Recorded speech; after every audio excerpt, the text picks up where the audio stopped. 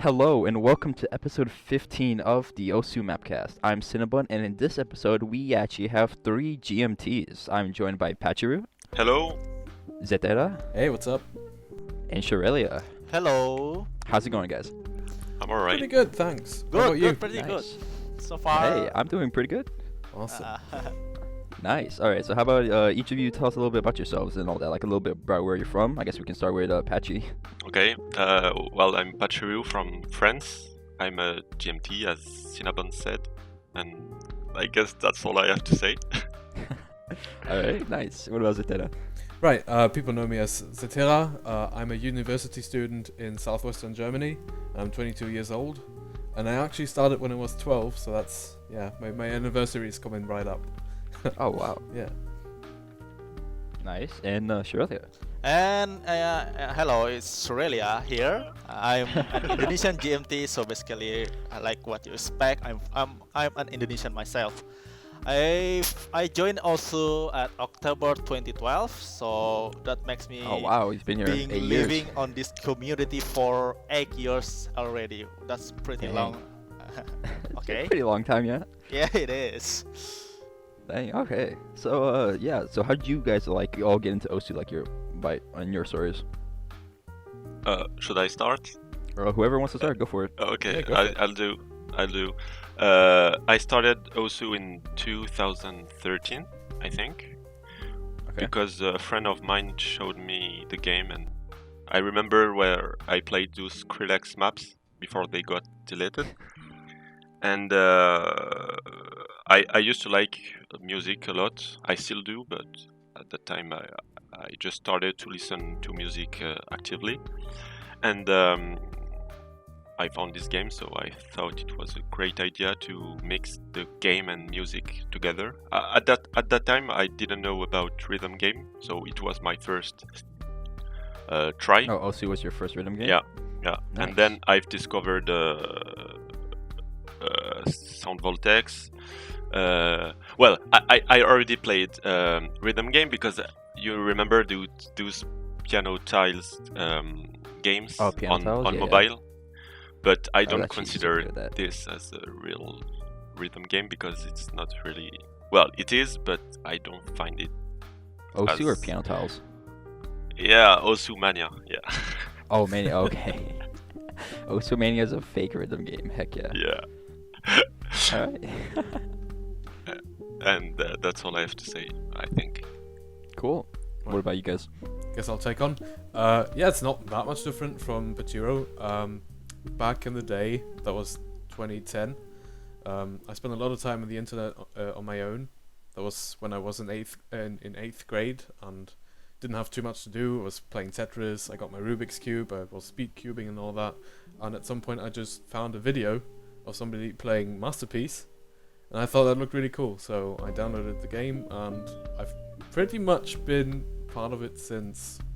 I think in 2011 I wasn't allowed to play by my parents, and at some point I was like, no, I'm taking the control. And yeah, 2012 I joined back in, and I've been part of the community pretty much every day with a couple days off. I mean, hey, that's insane. Yeah, Way too I don't long know time. where my time went. It's crazy. Like, growing up with Osu, that's crazy. Yeah. Alright. And, Okay, my turn then. heck yeah. Okay, mine is actually pretty odd compared to the others. Usually people just found also from the internet or maybe YouTube videos, or so probably some friends just recommended it to them. But Sure, mine like, I is created actually Osu.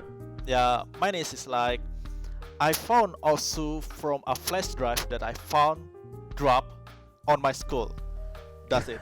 What? Like it just Wait. yeah, I found a flash. I found a flash drive when I just like on school, like just walking around on my school back then, on 2012. So I was like 16 years old. Yeah, I guess I was 16. So I just found also, and then I just found this flash drive, and then when I got home, I put it on to my computer, and somehow there's a song folder that contains Keon time, Hokago Tea time. Back then I was really into the anime. That anime back then, Keon. If you K-on's guys so know, good. yeah, Yeah, I Keon. love K-on. Yeah, I really so into it. So when I noticed that there's Keon song on this game, like I actually never have any experience with any kind of rhythm game. So I just start also, and then surprise, the very first mode that I played is not standard, but it's catch the beat. So Right. I'm actually an original catch the beat player. So yeah, that's Dang. how I meet and join Osu, and it's been 8 years since then. So you just like find a random flash drive and warns like, oh, this might be a virus or anything. You just plugged it right into your computer. Yeah, I just Well, I guess it found did install a virus on your computer since you've been playing OSU all this time. True. You're here Just forever. funny, fun times. Nice. It was Alright, interesting. and so you I don't know if it was Zetera who said you were a university student. Come again? What? Did you the one who said you were a university student? Yeah, that's right. Yeah. Alright, so I was gonna ask like, what did some of you guys do like stuff outside of OSU? Like, what do you guys do besides that? Or Oh yeah, I'll just answer that. So sure. yeah, obviously I'm kind of drowning in work for university, or at least that's what people think. I'm a student for English and biology, so I'll be teaching those subjects once I'm done. Oh wow. But in my free time, well, I tend to spend a lot of time on consoles and on the PC, especially now since we're on lockdown, right? Of course. But I've got a bit of a hidden passion, and I can follow through with that even at home, and that's me being a hobby chef. So whenever I can, I'll try to find out new recipes, and if there are some on the internet that I really like, I try to cook after them and see how well they fare. And then if they're good, I write them down and show them to my family and all that. That's really cool. That's kind of my shtick. You enjoy cooking? Oh yeah, a Dang, lot. dang. I really like food, so yeah, yeah. You used to make like home videos, tutorials about the food and stuff like that. I've considered streaming it, but I suppose it would be pretty hard to do that when there's family around and they don't speak English. Ah, that makes sense. It's kind of weird. Fair enough. Yeah. Other than that, yeah, we got a new bike, so I use that whenever I can. But yeah, like I said, it's kind of difficult at the moment. Yeah, that's fair. Where were you guys? Okay, I can go for it. Sure. So outside of house, so I'm kind of similar with Zetera here. I'm also at university taking the English major, and probably I'm going to get the master degree after I'm done with this.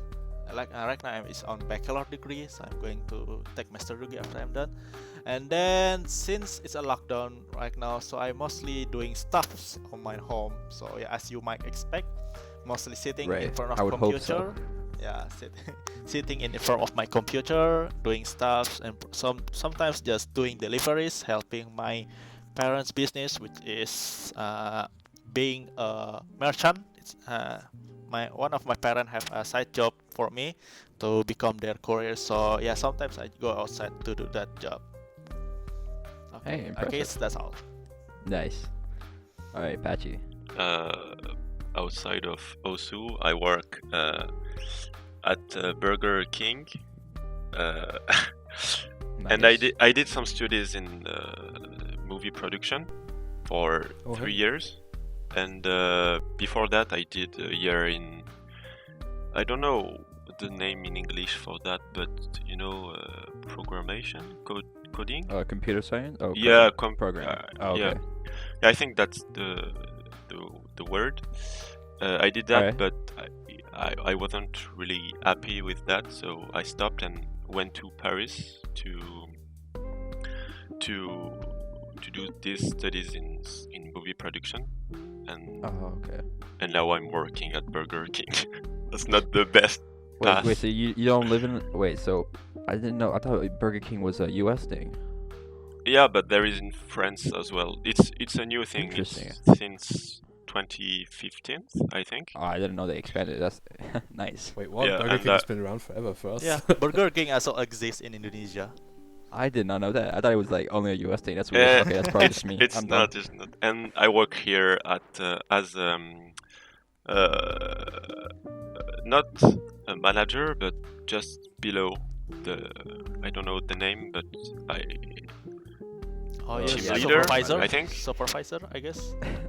Maybe. So, maybe I don't know, but I work. I'm what I'm doing is leading a team. Like Oh, okay. I'm leading the kitchen or the. You might as well be a manager at that point. What? I said might as well be a manager at that point. Yeah, yeah. It's. I'm not it's, familiar with Burger King roles. You're just a step below manager, Cool. and beside that, I try to watch movies, play video games, listen to music. I've tried to do some music, but I don't have enough motivation for it. And yeah, I'm playing a lot of Apex Legends. So if there is people that want to play with me on PS4, just send me a message because I lack of people to play with. Heck yeah. Are you good at it or? And that's all I do, I think. I drink Sounds a lot. good. Yeah.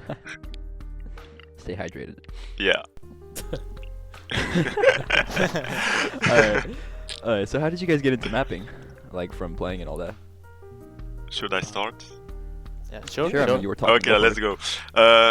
Okay, so when I tried for the first time mapping, I tried to map the ending of Watamote anime.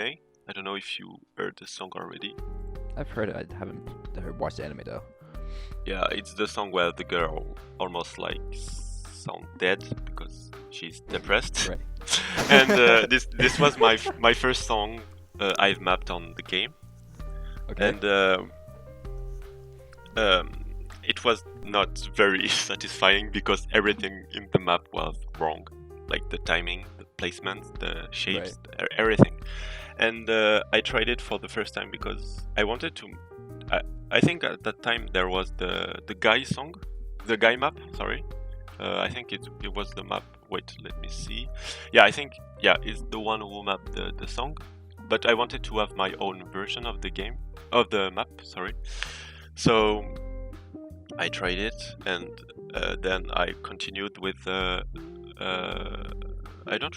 I think it was the Shown Was a Bee song. I don't remember. And then I've continued. But yeah, the main thing why I've started mapping is because I wanted to map songs my way. Right. That's cool. Yeah. And you've just been mapping ever since. Yeah. Man, you talking Alright. about your story brought me right back. Man. Alright, I mean, you can go ahead next. Yeah, so many people think they know my first map, but nobody actually has it. The one that secret. people think I did first is Jet Jet Jade by Renard. That's the song he did. I think I timed it at 310 BPM or something, so not really recommended as a start to your career. But I actually started Right. with a song called Flat Beat by Mr. Oizo, and it had like 3 notes per minute, so that was pretty bad. But yeah, I guess I just wanted to bring that song into the game. Obviously, it never really worked. People just told me it was bad, and so I stopped. But at some point, I just wanted to get back in, and yeah, just happened to be a 300 BPM song. Was your first map Taiko or standard? No, it was standard. I definitely started mapping standard. Okay. And I think I didn't get into Taiko until the moment I started grinding it. So it must have been like 2014, 2015 when I started Taiko. Okay. It was very experimental for me at that point, but I was actually learning how to map standard way back in like 2013. There was this user who made pretty infamous maps called Nafar. I guess he's now known as Xiovelion. I could link you his profile later, but Sure. he had like this crazy theory that he crafted with Tom94, the one that made the new PP system, right? The PPV2. Right. He had this crazy theory on oval flow and how it works, and he tried to pass it on to me, and I kind of interpreted my way and started applying that. And so the first map I got ranked then happened to be The Island by Pendulum. That was under my old username Salah hyphen. Damn. Yeah, that one's actually, I think, to this day my most played map, which is weird, but I guess it makes sense since it's been around for so long. But yeah, that was Impressive. kind of the first playing field for me to find out how this theory holds up, and it kind of worked. And I've been tweaking things since then, and yeah, now we're here in 2020. And I'm doing Heck yeah. things to actually break my rules, make it a little bit more interesting for me. That's kind of the development that you were able to follow through the years, I guess. But I think we'll get to that. Yeah, that's cool. And Shurelia. Okay, mine is actually pretty odd. So this answer also You got into gonna. mapping from a USB drive too. Nah, I won't. It's not. People keep dropping their USBs around school. Okay, so How I joined a cult. okay, so go ahead. basically, I was a very competitive CTB player back then. So I was collecting the #1 spot. If you guys understand that, I don't know the correct ways to explain it. I always make #1 on a score on a difficulty for the songs that I like on CTB. Then I just like there's this song that I really want to become #1 on, but there's no spinner in it, and I got so mad because it's impossible for you to get the #1 spot if someone is already double S it with the mods that possible on it. And then I decided to okay, fuck it, I just map it by myself, and then I will make the score on it after if I manage to rank it. So even though I literally have zero experience with standard, I did not play standard at all. I start mapping standard. So I literally have no idea what I did back then. Like I just putting objects, and then I don't even know whether the BPM is correct or no. I just and to the point I also consider that is this gonna play well in the CTB or not while I'm mapping standard. So it just feels really awkward for me back then to map standard. And then so also that makes also people even now still they got surprises when they find out that I'm actually not a standard player, that but I map standard. So people like what Shurelia, you're a CTB player? It's Yeah, I was tend gonna to ask happen about it for because me. you have no CTB maps ranked, but you have a bunch of Yeah. standard maps. So, like, how'd you Yeah. get into like doing that? Oh right, yeah, I tried to map CTB, but it's just the editor issue, I have to say, because when you try to map CTB with standard editor, you have to test play everything that you just made for every minute. So it just kind of hassle for me to do that. But some CTB mapper that already pretty experienced told me that they don't need to do that anymore because they usually already know how the object's gonna fall, how the fruit's gonna fall based on what the objects that they put on the standard editor. But they said it probably need a few months to get used to it, and I just don't want to spend that much time to learn about CTP mapping, and I already really enjoying mapping the standard, because it's basically if you map standard, of course it can be converted into CTB map as well, and CTB converts also plays really well compared with Mania and Taiko itself. So yeah, I start mapping at I guess 2013. My first ranked map was an eroge, because yeah, I was a huge fan, but I still am.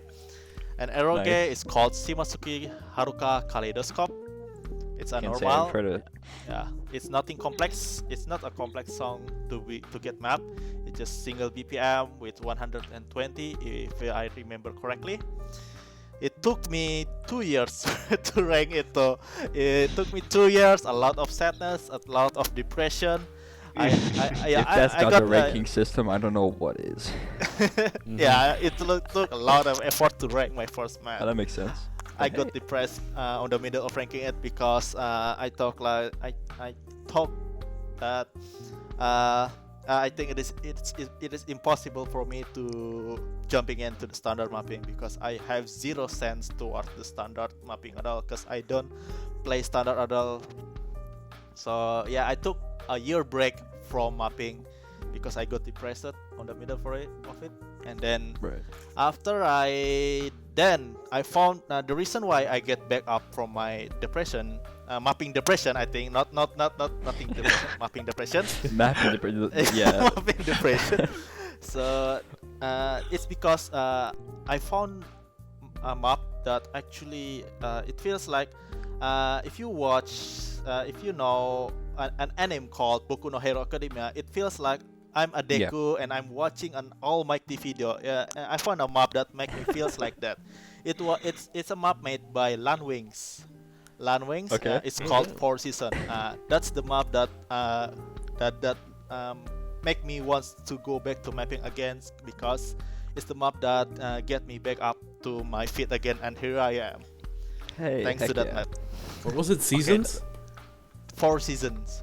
Oh, love it. I just love it. Yeah. So, I was looking at you, like, you have two of the same songs ranked, and I found that interesting. Why'd you map the same song twice? I didn't get it ranked twice.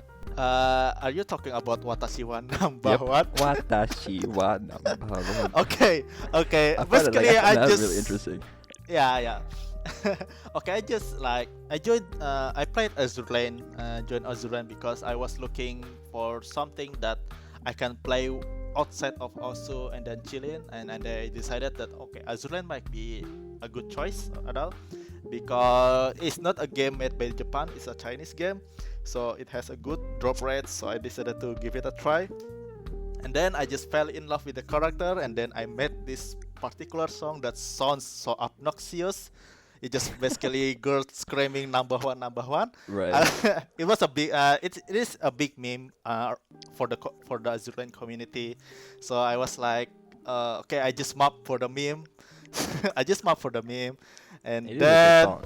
yeah, I actually have a policy that I always go for the full fair. And then back then there wasn't a full version of the Watashi wa number one. So okay. that version, that short version is will do back then. And then after a few months, the full version came out. So I just like okay, I have to fix it. I'm going to map the full fair as well. So here is it. Here is it.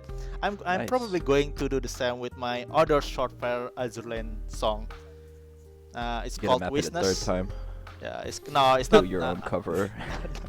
It's not another Watashi wa number one. So basically, yeah, I always map the full version of the song. Hey, that's cool. Alright.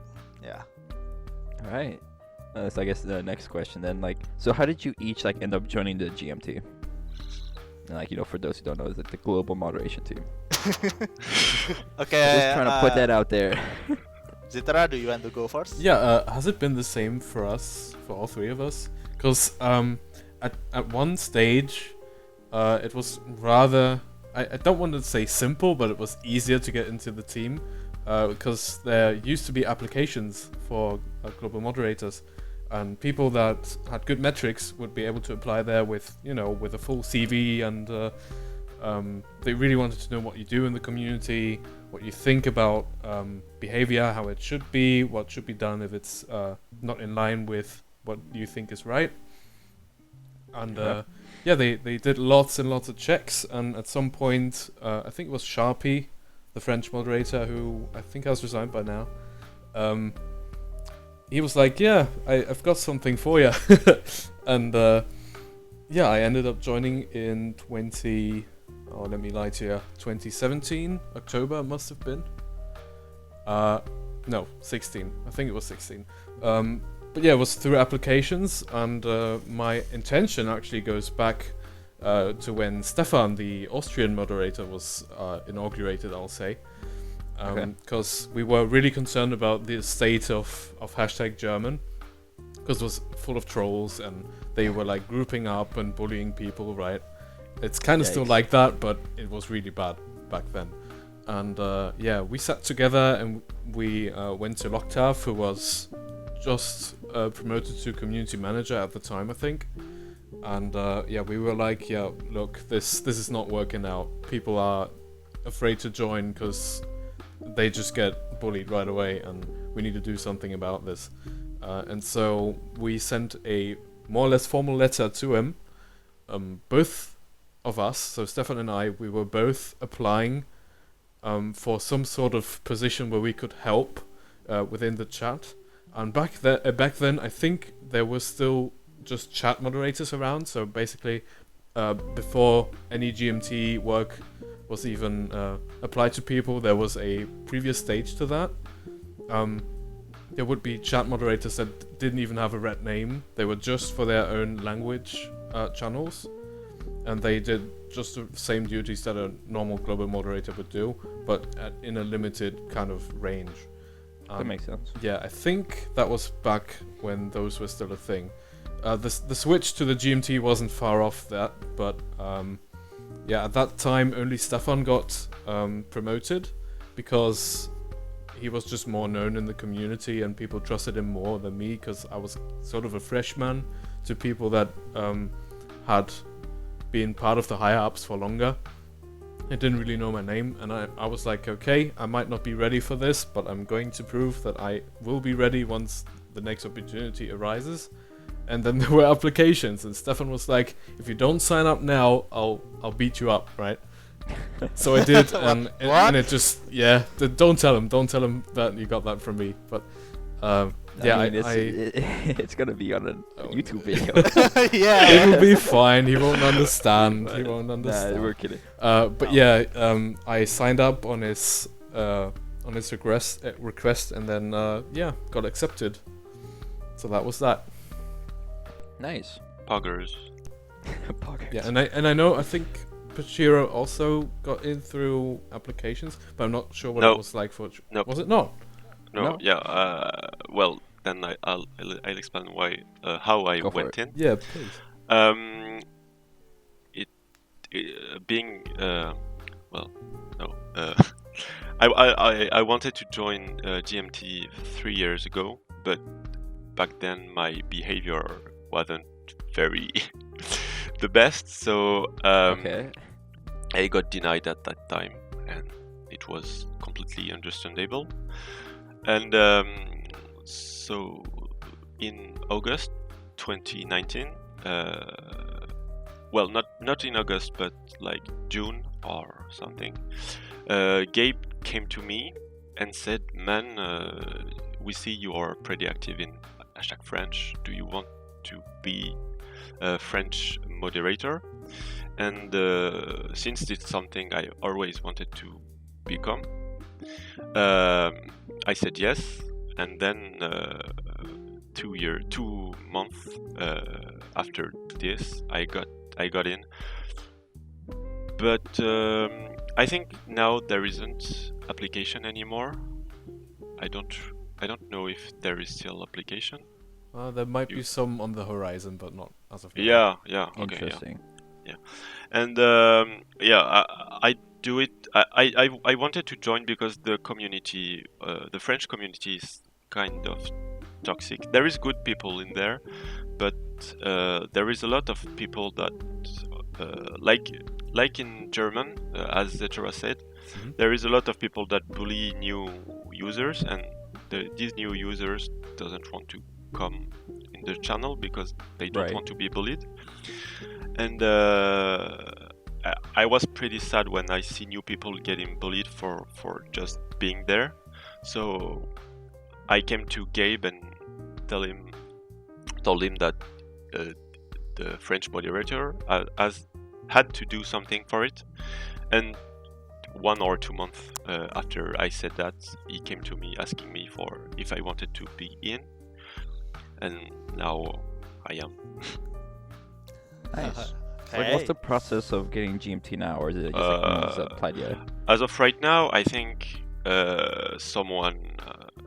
I don't think there is application, but Okay. there is something like someone promote you for okay. being in, if they think you are worth it, and then there is a check process where they they check your past behavior, which is normal, and stuff, and then if they think you are good for it, there is a GMT vote where all GMTs vote for it, and then it's decided if you are in or not. Interesting. It's kind of like how I guess the bat used to work. Yeah, it's kind of the same. Yeah. Well, yeah, good old bat votings. Remember that time for not getting in? All right, and Shurelia. Okay, Zetera joined the GMT through application, and probably Pachiru through the recruitment, and mine was through the desperation. Flashdrive. No, what? Flashdrive It's to not- become GMT. Yeah, okay, basically, I have to say that I joined the GMT because the admin was pretty desperate for one Indonesia GMT back then. So the reason why I can join the GMT, the reason why what's stopping them from bringing me into the team, because I got banned once. So basically, Shurelia is not my first account. This is my second account. My first account is gone forever now. So the reason why they don't want to bring me in to become the GMT, Indonesian GMT, because of that. The reason why is it was a desperate attempt for me to letting me in to join. Sorry, because there wasn't any Indonesia GMT back then for years. So it was a very hellhole back then. There's no rules, nothing that's stopping them from doing weird things. So it was me that stand up for the rules and stuff. Basically, when I'm not a GMT, I'm just being an annoyance to them. So I tend to PM, sending PM towards I am Kwan or probably Nathaniel when they are already a GMT before me. So I tend to annoy them whenever there's an issue with Indonesia channel. So after a few months, maybe months or a year. Okay, I think a year after being an annoyance towards Kwan and Nathaniel, they finally gave up and then decided to give me an invitation to join the GMT team, despite my past history. It was it was on the middle. It also was on the middle of me in the middle of during catch World Cup back then. So when I was training for a map for the next match, I was also catch World Cup participant. Loktav came to me and then he just asked, "Hey, do you want to join the GMT?" And I was like, "What?" And then that happened. It happens. Timing on that. It was like a redemption arc. Yeah, it's like a redemption. How I got banned and became GMT. Yeah, I get banned and then became a because Nice. because there is literally no other better user than me for them to consider on joining the GMT. I have to say, because Indonesia community is known for having multi-account, but for me, I got banned because of account sharing. I see. Account sharing, because stuff like that. So they basically did not trust anything except me, because I just sharing my account and I didn't create any other account then except this is one this second account. So here I am. Being a GMT for 3 years already. It was 2016 and on April, on the middle of Catch World Cup. Nice. Okay, that's all. So then, what do you guys do exactly? As for people who don't know, what do you guys do being a part of the GMT? I start. As a GMT, I'm working on the French chat moderation. I'm working on I'm not working on forum moderation. I'm working on bitmap moderation, and Okay.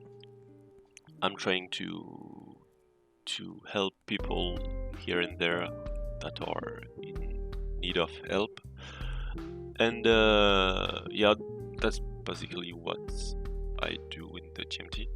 So they're like checking map backgrounds or like what other kind of stuff? Yeah, yep.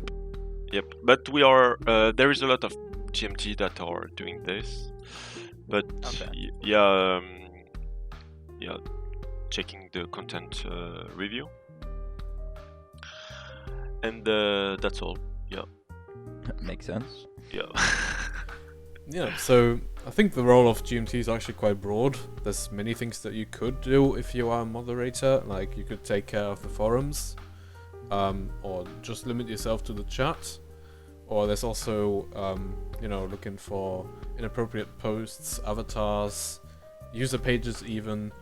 There are people that scout that, even people that aren't part of the team.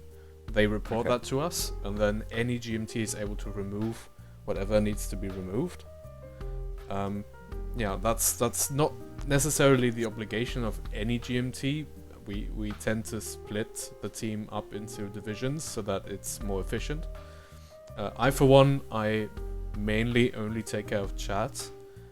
Whenever there's a report, we get reports in game. So when I'm in game and I see a highlight that's related to the channel that we get the reports in, that's when I usually act.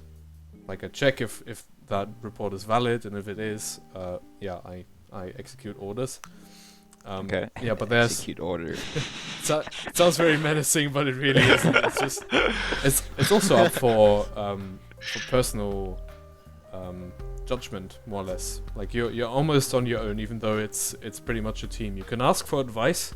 There's even tools that we have to improve the communication between team members. But when it comes to decisions that lead to silences, you're pretty much on your own. And so it's even easier for the individual to split into their own kind of strategies or something like a section that you want to take care of. So for one, I take care of the chat and any reports that I get in game. And the main objective I have is to answer questions that people have in chats that aren't something like help or mod help. Like generally users that don't really use the chat and just have a question, and so they join the main chat and have a question that's probably obvious to anybody else, but not to them. Due to our How do I tools click like circle? what was that? How do I click circle? Yeah, for example, and I'm like I'm like exclamation point fag and then get good. No wait, it's hard and it says get good. Yeah, something like that. I just want to help wherever help is needed because people don't know how to look things up. That is true. So what kind of are all the different divisions? I probably made it sound like there's more than there actually is. Obviously there's 25 different divisions. Oh no, it's probably like 4 or 5. So Okay. there's chat moderation. You could split that into global chat moderation, which is what we're supposed to do, but some people find it easier to moderate their own language channels, and I understand that. Like I was in a situation, I was gonna talk about that later, but I could just touch on it sure. now. So I used to work in England as an assistant teacher for half a year, and I wouldn't really be able to take care of moderation as much as I normally do. So I wanted some backup for my own language channel, and I got 2 people that worked for me then. Well, I shouldn't say for me, but in my place rather, right? So My henchman. yeah, I wish they paid me for Execute the that. orders for me. I wish it was like that, but not really. So I passed it on more or less, so that I could focus on real life work. And these people, I think they started branching out more into other fields, like other chats, but it wasn't really their obligation. That's also why I think old chat mods, like the old system that I explained earlier, might have actually been a good thing to keep, because then it's clear that people are supposed to only take care of one chat. not that they're not competent enough to take care of other chats, but it would have been easier to split that. So yeah, you could technically take care of one channel, or you could choose to take care of as many channels as you like. I, for one, I'm in the usual in the general channel hashtag Osu. Then I've got announce open just for beatmap news whenever anything gets qualified or not. My language channel hashtag German. I'm in Taiko. I'm in Mod Help. I'm In French? sometimes. I'm in French actually, yeah, because I live close to the border and I want to learn a little bit. Cool. I'm in. Yeah, sometimes I'm in Help. I'm in video games, even though nobody uses it, and then I'm also in lobby. True. I most didn't of even the know time. that was a channel. Yeah, it's this is something that Croix is gonna like if he listens to this podcast. I think video games could be replaced by a roleplay channel. No, I think people would be up for that more than anything else. Just add a furry channel. Yeah, something like that. Like there's off topic on the forums. I guess you could do that in OS too, but then again, that would require a lot of moderation because the goal is to keep everything PG0. That's what it's supposed to be. So that would be a lot more work. But basically, Yeah, that makes sense. you could also choose to just do the forums, which some people do. Especially like skinning has a lot of sub forums, and basically a sub forum for every single skin there is. And just managing and sorting that is kind of difficult. So we're actually in the process of possibly recruiting people for that. It's pretty much already set in stone, but I'm not going to say much about that because I don't know much about that. Like I said, I'm not a forum person, so I don't really know much about it. That makes sense. Yeah. So like, what is the process of like creating a different like channel? Like, so can people like request a channel, or like do you guys just create them as No. whatever you want, or how's that work? I think we can't. We can't create channels, no. Yeah. Okay. What we do is just manage the channels that already exist. But people obviously have room to still ask for channels because there might be a language that isn't even featured in the game yet. I got that with Gregorian people. There was actually one situation where a Gregorian person just spammed Gregorian in the general chat because he didn't have his own channel. And we didn't know how to deal with that. And I don't think we have a channel for yet. just him. It's weird. It's so weird when there's a person that talks a different language, has even different letters, like a completely different lettering system, and you just don't get it. But basically, there's been cases where we actually introduced a new channel, not us GMTs, but the community as a whole. I think there's a Balkan channel, or the Balkan countries like Hungary or I don't know, Ukraine or something like that. Yeah, that's one that's been requested, and there's the feature request subforum where you could post that if you have a request on any new chat. I think that's something that people do. Makes sense. All right, Shurelia. Okay. What was the question again? So what do you do as like a GMT? I see. So I just want, basically what I'm doing as a GMT is just I want to make the community better, especially for Indonesian community. So at the past we have an issue where elitism rule the channel. So it's kind of similar with how France and Germany ends up, where only people with big name are allowed to chat the channel back then.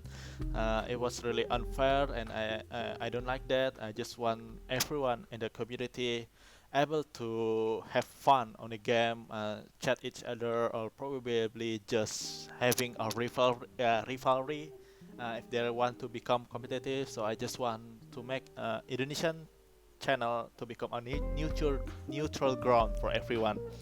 So what I'm working at is basically get in touch with my Indonesian community. So I keep my connection with the Indonesian community itself as close as possible. Like basically like I tend to have a chat with my own in Indonesian, they usually get excited because they were like, "Oh, a moderator is here! Oh, moderator is here!"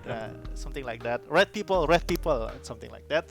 He's famous. The Yeah. usual. Yeah, the usual. And then so far I think I'm doing well. So basically, a lot of people able to new people able to introduce themselves in the channel, getting know each other, and no one's tried to bully them for that. And then even people with big names are also having fun chatting with new guy in the channel itself. So I think that's a very very good thing since I become a GMT. That's cute. Yeah. So Alright. other than that, I also chatting with the general channel, aka Hosu, and then Right. sometimes mod help because that's how I usually chilling with people. Need help. Then yeah, chilling, mod help, and also us. And then I open Malaysian because we don't have any Malaysian moderator right now, and then because of Malaysian and Indonesian language is kind of similar with each other, so I some sort of able to understand what how Malaysian chat goes. So I also okay. keep it open, and then I also join the Japanese channel because I'm a whip, but I also just make sure that there's no other whip that tried to talk English in outbeat you. Japanese. Yeah. Konnichiwa, minasan. Yeah, like they're just doing some Google Translate Japanese. Right. Yeah, try to get some Nihonjin friends out there, but they are bad on doing that. Teach me it's- Nihongo. Yeah, Oh my something god. like that.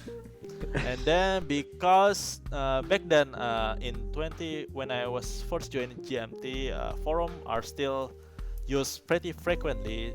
So I also did some forum moderation back then, especially for Indonesia Bahasa Indonesia sub forum. But Okay.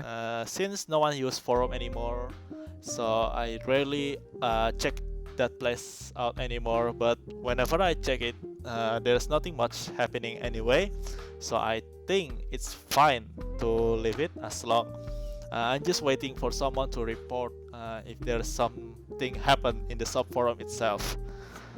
Other Makes than sense. that, I did something similar what Zetera did, helping out people that usually came to me are asking about their restriction, which is something that even GMT cannot do anything about Yeah. at all. I hope people could understand. Even GMT can do much about restriction other than telling them to email accounts at Pepe at that accounts at Pepe. Other than that, Oh, that's support, the yeah. that's all that we can do. Honestly, that's all we can do. Well, More hopefully than this that. gets out to some more people to realize that. Yeah, we just hope that people need to realize that GMT is not a place where you ask about your restriction. But it's still happening anyway. I just got a message from random Indonesian player asking about their restriction, and I just like, well, whatever. I told them just email this, email and wait. Yeah, basically it's just a waiting game if you got restricted. That makes sense. Okay, that's all for Alright. me, I think. All right. And so, do you guys like have any interesting stories about like dealing with specific controversies or like difficult decisions like what you guys have to make? Actually, since I've been a GMT for a bit long time, there's too much thing that I can mention about that question. To be honest, Sure. Yeah, you'd be surprised how many different, yeah. let's say, complexions many- of problems actually show up when you are actually part of the team. All right. I took a few notes because yeah, it's just so volatile of a of a situation. So basically, for one, it was really difficult to find replacement when I was working in England, like I said, because there wasn't any application system, so you had to search for people on your own. That's kind of weird. Okay. I think something very interesting was that. Oh wait, I should start a bit more general, because I think there's a big problem within restrictions and the system behind that. Because most of it is automated, right? And there's enough problems with that. But then there's also the issue that there's not a whole lot of staff behind the appeals. And so people find themselves restricted for God knows how long, 4 years or something, maybe even longer, for things that are so mundane, like a shared account, for example. I think it's definitely a valid reason to restrict somebody, but not even making sure that the person has a chance on an appeal on that reason is a bit weird, because we've just recently seen the unbanning of a Taiko player that has cheated in the World Cup, and it's their second appeal that has been granted.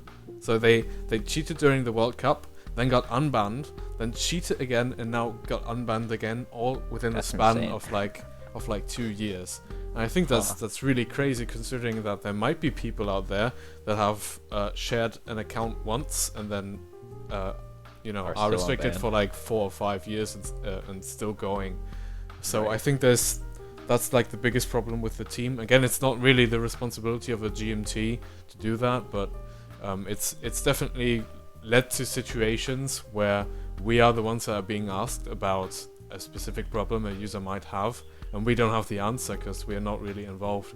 So at one point, there was a person that talked to me that had a new account, but was allowed to use it. We're very strict on multiple accounts, right? But that person didn't really have a choice, because their account was gone. I think it was banned, and they lost the details for it, so the email and the password, they didn't have a clue what they were. And usually that's not enough of a reason. Like, the team probably can help you with that problem. That's what I always tell them. When they talk to the people behind the email, make sure you include all the information that you know, and it'll be easier for them to backtrack whatever is still there, right? But this person actually moved from their place where they were living to a completely new location. So their IP was different, their MAC address might have been different with a new PC. So there's no way of tracing that old account back to this person. And the team dealt with it in the way that they just allowed the account, which, is definitely against what is our sort of goal. Like, we want to make sure that there's only one account per person for ranking reasons and all other things that might play into this. But there was no actual set solution for this problem. And God knows how many problems there might be that are just like this, that we are being asked about, and there's no way of us solving this problem on our own, or even with the help of higher GMTs, which there also are. So there's just a plethora of weird situations that we have to deal with. You should definitely be present when let's say Bancho is having problems for like 2 minutes, and people are able to chat again, and or for example when score submission's down and nobody can do PP scores, right? They'll let you know in the general chat, and everybody will. Even when Tillerino's down and they can't get their recommendations, they come to us and ask, "What's up? Can you fix this?" That's just related to people not knowing what the scope of the GMT is, and I think it could be easily fixed. But yeah, you have to stand by when people are there and asking, "Can you fix this? Is this a problem that you have control over?" You have to calm people down. Sometimes there's even a moderated status where only moderators and Peppy can talk, and this is not something that moderators usually do, but it has come into effect because of exactly this problem. So I think those are the most difficult things that you have to deal with as a GMT, and also lots of subjectivity, because you're still on your own when you make decisions. With regards to the little bit of discussion you might have outside of the channel that the problem is in, or even if it is not a channel, you still have a little bit of conversation that you can do with higher GMTs, but that's it. yeah, sometimes you have to stand your own ground because of your own decisions, and that can get kind of hairy too. Yeah, Yeah. that makes sense. And what about you guys? Okay, interesting happen. It's most like an interesting happen that controversies that back then was. I think you guys know about a French mapper called Rezones, I guess. Rezones. Oh yeah, Yeah. the French one. Yeah, yes. The one who map jump training map. It was a very fun. It was a very interesting things happen because You they. got loved, right? No, it didn't. It didn't. The reason is, uh, that map got a inappropriate background on it. So as a GMT, we have to remove that map. And Reason doesn't want to change it at all, so he just re-upload it, and then we will remove it again, and then he re-upload it again, and then to the point he just got banned from it, and he got That's banned, crazy. and then after Yeah, he that was got fun. banned, yeah, that jump training map becomes something like an illegal drugs or something. So other people tend to re-upload that thing. So, and then of course we do notice, and then it kept happening for years to the point it just dies by itself. But that events took quite a bit of time. So I think it was a very interesting, and I think it's a very well known events among the GMTs for back then, because it just like it feels like they're doing a black market with why they Of with anime the background. yeah, and that's just because of the anime background of it.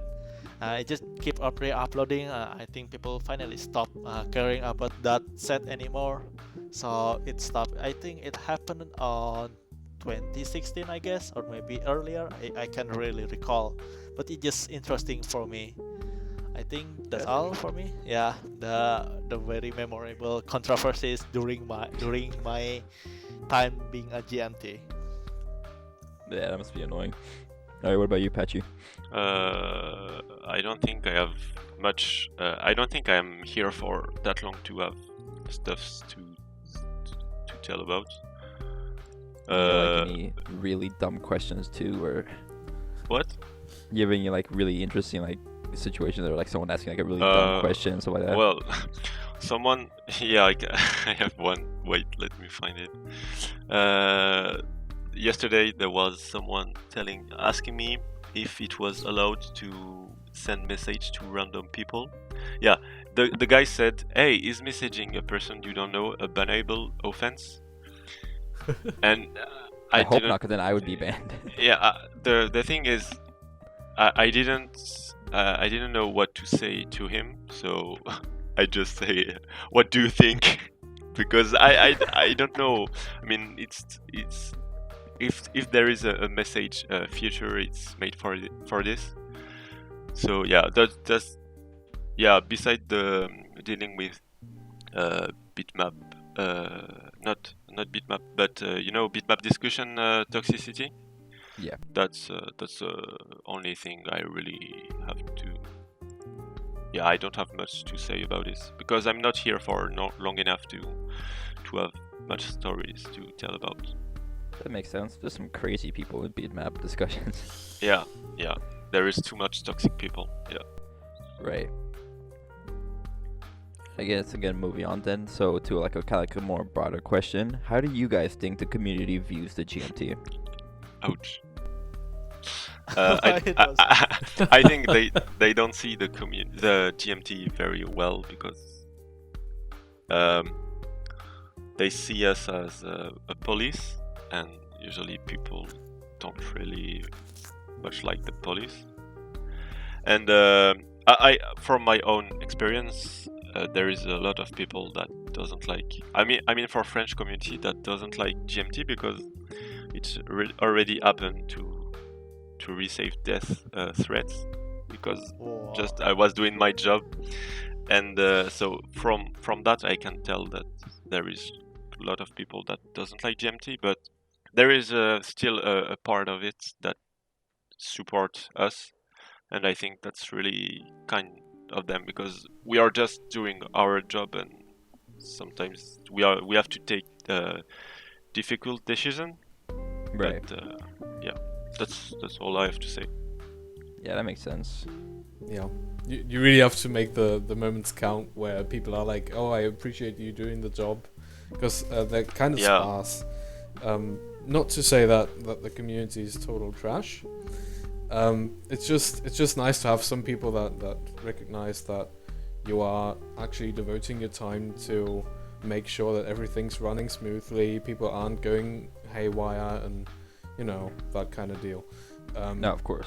But there's always just, how do I put this? So yeah, I think Pachiru said it quite well. Most people think we're like the police, and the police also has a very good side, right? They are supposed to help you, but people tend not to see that. They're like, oh, that's a red name, I better hide. And that's kind of sad, because we are the people you should talk to first if you have a problem, and not cooperating with us is the one thing that keeps problems from being solved, I think. So I think people should be a little bit more open to the idea of a person being dedicated to helping with any problem that you have. Yeah. And I guess this is generalizing, so I do have to say that this is mainly the view that the general chat has. So if you end up talking in a chat, for example, the general Osu chat, that's when you have people that are like, well, why is your name red? Am I doing something wrong? That's usually not the case. So we also tend to just hang out in chat and be part of the community. That's part of the reason why we are moderators, right? Because we want to be Of course. part of the community there. And it's just people that don't see you or haven't seen you before or haven't seen you for a long time or something like that. They might be a little bit intimidated, but it's kind of not true that they have to be scared of a GMT. And I think it's also important to differentiate the views that the chat has in comparison to the views that the mapping community might have, because I think there's been a lot of drama that came from GMT decisions that ended up being wrong, perhaps. Maybe even decisions that were actually right, but sort of pissed off a user that wanted to go through with an idea they had. We've had drama based on this. For example, Okay. let's not talk about it, but let's mention Sotarks being removed from the BNG for getting a quick nomination or something on a map that, I don't know, I guess was subpar. I think it was banned for it, and people were like super pissed at that, and he got unbanned pretty much right away, seeing how the judgment on that might have been a bit, let's say, what do you say? Oh yeah, Not opinionated, correct, perhaps. Okay. Okay. Yeah, something like that. Or maybe there's been a map removal that people think was a bit outrageous because it's so little of a problem. That's usually in connection with the backgrounds being removed, right? There's Right. usually quite a bit of backlash on that. But you have to consider that the community is supposed to be all ages, and you can't really have weird backgrounds for that. I think a Yeah, warning it's- is fair, but it doesn't always Definitely. work like that. Like, you could still download a map if you are underage and it's about sexual pleasure or whatever. You can't really have that. Yeah, of course. Okay, for me, I think I have a different experience compared with Pachiru and Zetera here. Sure. Yeah, usually I keep getting a warm welcome whenever I make an appearance in the public chat. Like, usually people are like saying hi and then being friendly towards me. I don't know. I never got any kind of hostile things from the community itself. People are chilling with me usually people are just like chilling with me whenever I join the chat. So I kind of don't really understand how is that feel like how Pachiru got a death threat like what he did, from he doing his job. It's really unfair for him to get that. He's just doing his job. But Right. for me, the community feel, at least for me, the community looks at GMT as something they, what is called, they need to, because not everyone's are okay when the chat becomes very messy or chaotic. So they tend to rely. I need to forgot that word. Rely. There's some. It's something that they need to rely on. There's something. They need someone with power that able to stop any kind of nonsense that happening in the channel itself. So I think GMT is actually pretty needed among the community itself. No, of course.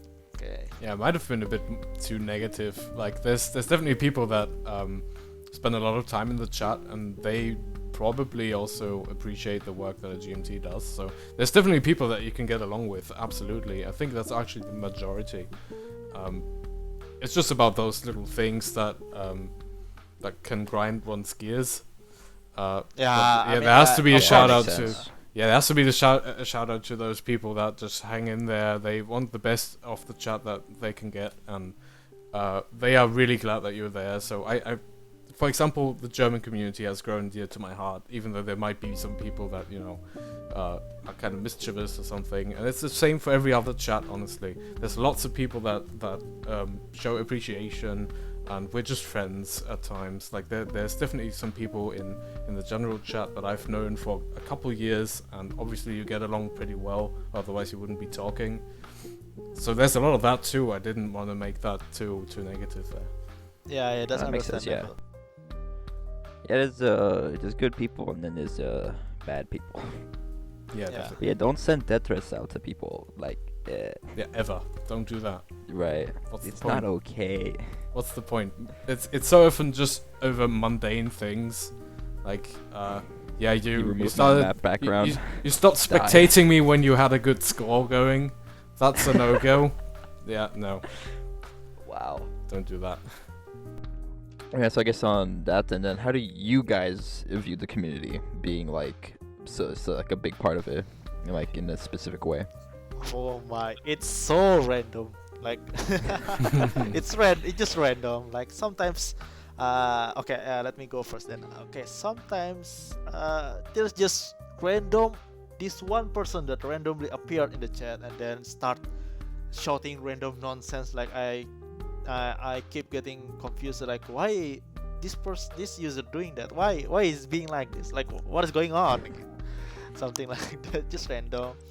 But okay, overall the community itself is being, how should I say it, I think they actually really care a lot about the game, but it just they don't know, they tend to express it in the wrong way. Like people complain about PP mapping, and then something complain that the GMT being too strict or something like that.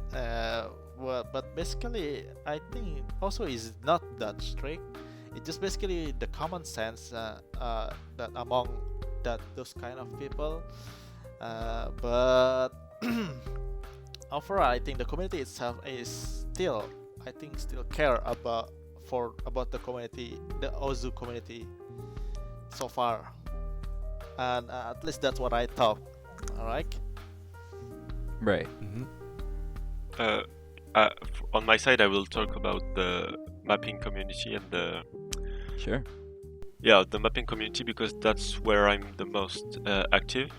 I think the community is what keeps the game alive, because when you see the game in 27 and now the game really evolved a lot. It like exploded, and I think it's amazing to see people giving so much time to a game that they love, and they not even paid for it. They are doing it for free and with passion. And yeah, that's why I think instead of like fighting each other, it's I think it's better to work together to make like more productive stuffs for the game and making greater things.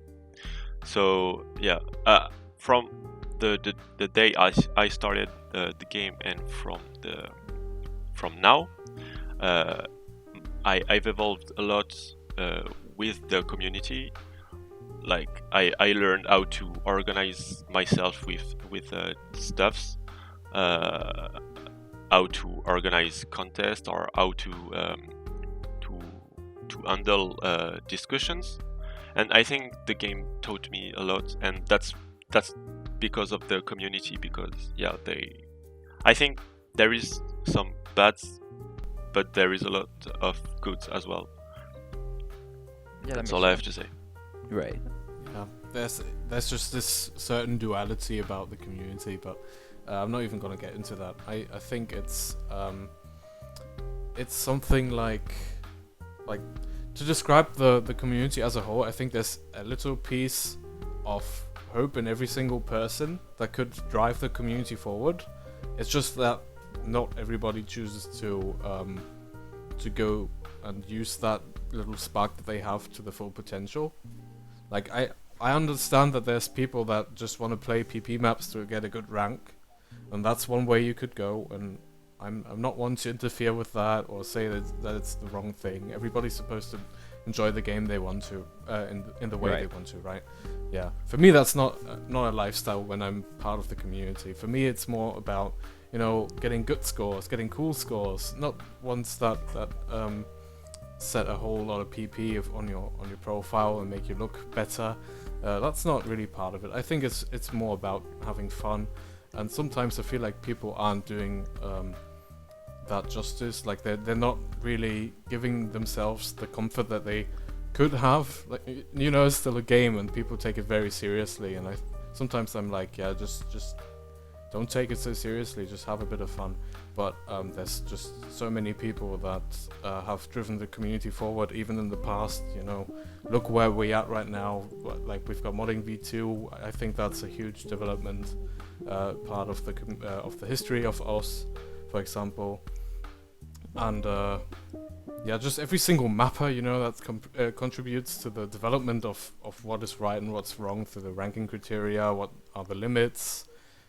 Every single person that has contributed in any way, even if it's just a single mod or just a ranked map, I think that's the good side of the community. So there's a lot of good to explore. I'm definitely behind that. Yeah, that's sweet. Exactly. Yeah, it makes a lot of sense. So, Pachiru, you mentioned like doing tournament organization and stuff like that. So you're now also like an organizer in the Beat Mapping World Championship. You want to talk a little bit about that? Yeah, sure. I'm also organizing OSU Olympiad for the. I'm trying to help in every mode, but I'm mostly doing Standard and Mania. But yeah, about the Beat Mapping World Championship. Well, at first the contest was named Mapping World Cup, but the first edition we tried some stuffs, and some of them didn't turn out well. For the second edition, we worked a lot for it. We started to think about the concept in August 2019, I think. And we started the contest. The administration steps recently, and yeah, we worked a lot on it to learn from our mistakes from the first edition. We listened to people's feedbacks, and we tried to make it as enjoyable as possible for everyone. And yeah,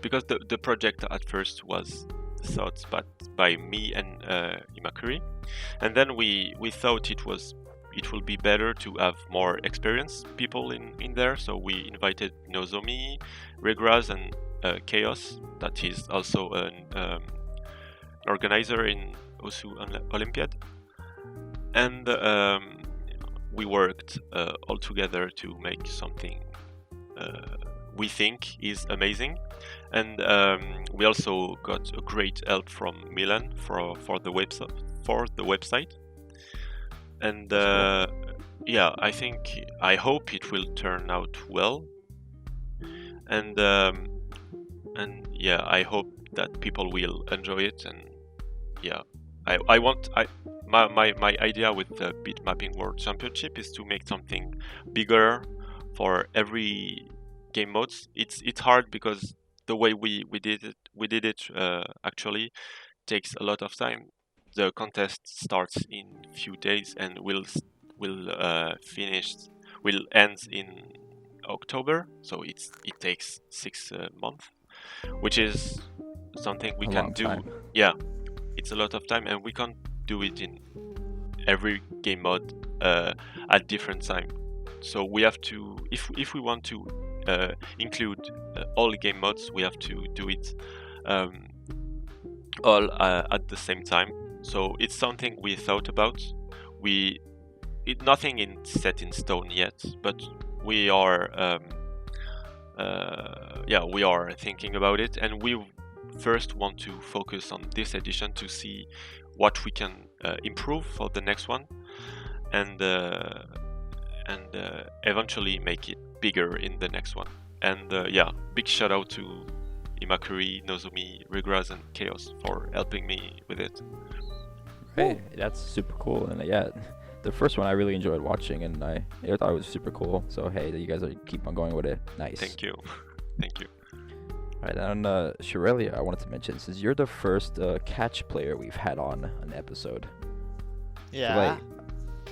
So I was gonna mention, because you did say you don't map catch, so I was gonna ask about stuff like differences in between mapping versus standard and catch. But I guess like how like the way like you find rhythms in like each. Okay. I do. It is true that I don't map catch at all, but I do have some experience on doing some modding on it, so I probably could talk about it a bit. So basically, catch is has a very static movement. It only requires a horizontal movement between the objects that you put in the editor. So vertical placement is not really necessary at all. So basically, it's just not that hard to imply. Strong sound equals higher distance between one and first object means strong sound. You can put some jumps on it, and weaker sounds you can just small jumps. It's kind of similar with how the standard works. Right. But it also depends on how the mapper wants to express the song by them. But basically it is similar like how standard do. Just strong sound equals big jumps, and small sound the lower jump one. Depends on the difficulty. It also depends on the difficulty and mapping style. For catch, I also want to mention that there was a recent PP change that recently happening to us that basically buff the comfort maps, the comfort map PP, the comfort map for us. So it's not just because comfort works differently compared with Mania and Taiko. Catch people able to enjoy the comfort map from the standard. So we also consider that some comfort maps should be give more PP than it give more PP than it was. So, okay. Okay, what else? I think that's all that I want to say about catch. Yeah, that's all. That's cool, cause yeah, I don't know the first thing about catch. I play it like 5 minutes maximum. So hey, that's cool. That's and so really so you like, how do you balance like playing catch like at a high level, and then like also mapping like stuff for standard, even though you don't play it? Oh, Oh, that's actually really hard to explain because catch and standard mapping doesn't really have any relation at all. It just happens to me.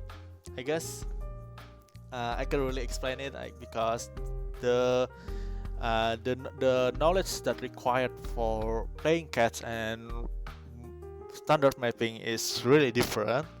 While playing catch is basically people tend to meme that catch is not a rhythm game. Well, I think it is kind of true because it tends to happen when you're playing a comfort maps.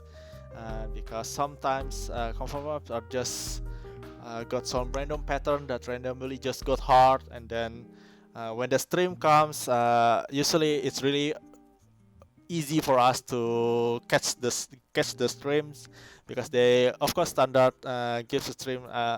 They put the objects close on each other, the circles close on each other, so it's really Right. easy to play. It's really easy to play on the catch. Okay, I think anything else that you want to know about Honestly, catch? so all catch mapping is movement mapping. Yes, it's basically movement mapping, something like that. Eh, nice. Right, interesting. And so I guess now going on to Zetera, you played a bunch of like since you played Taiko to like a really high level, and you've Oh, been in yeah. the Taiko World Cup. How was that? Oh yeah, the Taco World Cup. I think that's always a juicy topic to talk about. Go for it. Yeah, so I've been part of the World Cup since, oh god, it's been a couple of years actually. Back in the day, you were actually allowed to have multiple teams per country. And we once Okay. had a team called Germany B, and that's where I started. We didn't get So far, that's, obviously, but it was quite interesting. Yeah. Yeah, the Taiko World Cup itself, I think, has grown to become as big as I could ever imagine it, but there's a problem with it that I think is pretty evident, and it's Oh, yeah? the country that always gets first place. It's always Okay. Japan. It's been that Hmm. for 6 whole years, and I think that kind of domination could really cause issues for the longevity of a tournament if the result is always the same. I think that especially like VO count and all that is kind of set to dwindle at some point, so it's not really a guaranteed thing that people will stay interested in the World Cup. That makes sense. I mean, like you have the same countries winning every year. Like, oh, Japan won again. Yeah, that's right. I'm I mean, very you are glad. insane at the game. I'm very glad to have seen that South Korea actually got second this year. I think it's the first time that they've placed second in any of the Taiko World Cups, and it might also be the first podium position that they got. So props to them, obviously. But this That's is super cool. that's the one development we had. Because Taiwan was always taking second place, right? And whoever got third, to me at least, was the secret winner of the Taiko World Cup, because it's really difficult to squeeze past the other two teams. But whenever makes there's a team that actually pulls it off, that's an instant underdog story, right? You're always behind that team that really surprised you in the standings. The problem with all of this, though, is also that it affects the players that take part, because to some extent they already know who's going to be in the top 3, and they know it's going to Right. be a hard climb. So I think third place is still the way to go for most of the teams. We've seen that second place is possible, and that I think is what people should aspire to if they really are interested in the Taiko World Cup. For me, my interest in the World Cup has kind of gone down, mainly because, one, I've been part of it for so long. I've played in like 4 of them. Of course, there's people with a better track record, but you know, I play 2 modes pretty regularly, so it's kind of hard to balance that. And being part of the World Cup all the time is really tiring, especially if you know that you're not gonna win. But it's still fun to take part, like any tournament is. Oh, I'm sure. Right? Yeah. So, I think for me, the focus has shifted from playing in it to having maps in it, because that sort of is a confirmation for you that you know how to do it. I, for one, I was kind of sad that I didn't get the chance to have any good maps in the map pool of, I think it was TWC 2018. It might have been 19. I basically had a gimmick map in there that I mapped just for fun. I'm pretty sure you know the song Pluto by Black Hole. Yeah, Black Hole. before. Yeah, I know that. Yeah. I know that. Yeah, it was featured in the OWC before. It wasn't even the top diff, and at that time it was so difficult that people just got amazed at Cookiezi actually almost FCing it. And it's not the Wow. top diff. That's the crazy thing, I think. But yeah, that's the song that I mapped, and I made a gimmick map out of it, which was really hard to read. So you had to actually learn some patterns by heart, is what people told me that had to play the map. And I wasn't really happy with that because I just wanted to have a normal pick in pools. So I started mapping tournament viable maps. One of that was Overtime by Noah, who is now a featured artist. I'm so glad about that. But yeah, I made a set on that, and it actually got featured in the Taiko World Cup, and I got 2 other maps in there, which I didn't expect at all. So yeah, 2020 has been treating me well with that, and I hope I can get more in there, but we'll have to see. Yeah, that's cool. And I guess it'll also make like whichever eventually team that overtakes Japan, it would be a huge like event. Oh yeah, Yeah. I don't see it happening honestly. It's Yeah, I think so. I think it's the single World Cup that has a domination like this. I don't think there's any other. Like there's been developments in Mania all the time, right? I know Koreans are good, but I think there has also Right. been a different number 1 team. I'm not sure what it's like in CWC, but it's currently running, so we'll find out soon. Yeah, but in it's, Taiko, CWC is more leaning. It's a bit more balanced compared with Mania and Taiko, I have to say. But it still ends up with either China or South Korea being the top in the end. right? But at least we have 2 options compared with Mania and Taiko. At least we have more options. While I think Mania there and is a dominancy building in standard though. Like the US team has been Oh, yeah, so they've been on the consistently roll. Yeah. going off. For I think- years, I think. This is their 4th? I thought this is their 2nd year in a row. I Yeah, think it's the second yeah. in a row. the second But in a row. overall, there is like 4 wins, I think, for Oh the yeah, USA. okay, yeah. So I think the next World Cup is also gonna be really interesting to watch because I think USA is probably gonna win again, and so that's like their dominance being built on that. Well, Yeah, it's but absolutely. I Oh, sorry, go ahead. heard rumors about USA team that they probably not gonna use the same roster like the last Oh year yeah, yeah. because some of the members are either retired or just maybe doing something else. That's what I heard from the rumors Yeah, that's what I around. also heard. A few players are retiring, so and you know what, we'll see. Yeah. Beast troll for OWC. Let's go. Well, if it's not for the team, it's going to be in the commentary booth, right? Oh right, of course. Yeah, you'll find his way in. All right. So yeah, I mean we've been like at 1 hour and 30 minutes right now. So Yeah. I want to say, is there any? I'm gonna bring it to a close here. Is there any last things you guys want to talk about or mention? Ephemeral, please mutual me. All right. What about you guys? I'll just say that there's very big things on the horizon, and I think for mappers it's going to be more and more interesting to make things that really stand out, but I can't say much more. Heck yeah. Hey, yeah, we'll be waiting for that. Yeah, find me in Ian. That's what I'll say. Nice. And Shurelia? From me, I'm just wondering how Osu gonna ends up in the next 5 years. Whether are we going to die before 5 years, or maybe we just get something, we get bigger on the next 5 years. That's an interesting thing that I want to know. If I manage we manage to survive for the next 5 years, I wonder how big the Ozu community gonna be. Well, I'm sure we're gonna keep growing. yeah, it depends on how Pepe gonna do his thing though. Because Yeah. recently there's a lot of drama that There's so much drama. Yeah. yeah, there's so much drama that based on what Pepe did to the laser. So yeah, I hope Yeah, gonna have we're- to save that for a different episode. okay, I hope we are gonna be alright for the next 5 years. That's all that I want Yeah. to say. Yeah, of course.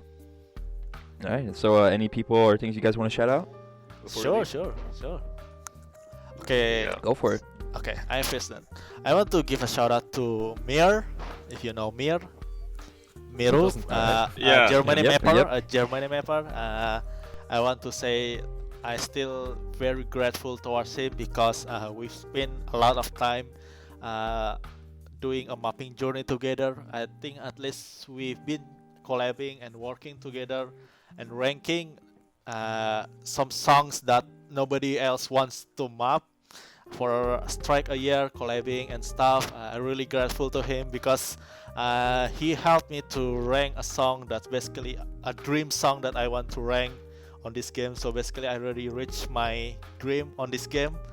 And then for the next person I want to shout out is Glaze, a Swedish mapper that recently made his debut to the ranked section.